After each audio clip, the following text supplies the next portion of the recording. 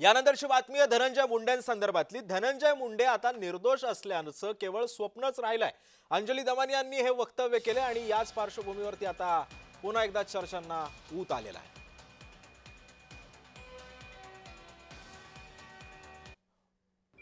असे आरोप होत असतात।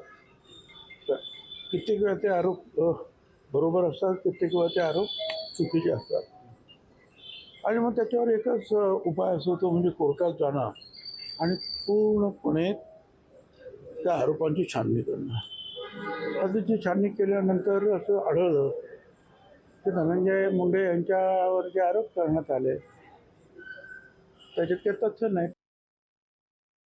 अजित पवार म्हणतात कृषी घोटाळ्यातनं धनंजय मुंडे यांना क्लीन चिट मिळाली आहे, पण अजून एक प्रकरण बाकी आहे। तर ते प्रकरण माझं आहे आणि जे लोकायुक्तांपुढे मी ती पूर्ण डिटेल्ड पिटिशन मांडली आहे, त्याच्यात त्यांच्या भ्रष्टाचाराचा अँगल आहे, त्यांच्या ऑफिस ऑफ प्रॉफिटचा अँगल आहे, अशा अनेक गोष्टी मी लोकायुक्तांपुढे मांडल्या आहेत आणि ती केस फुल प्रूफ आहे।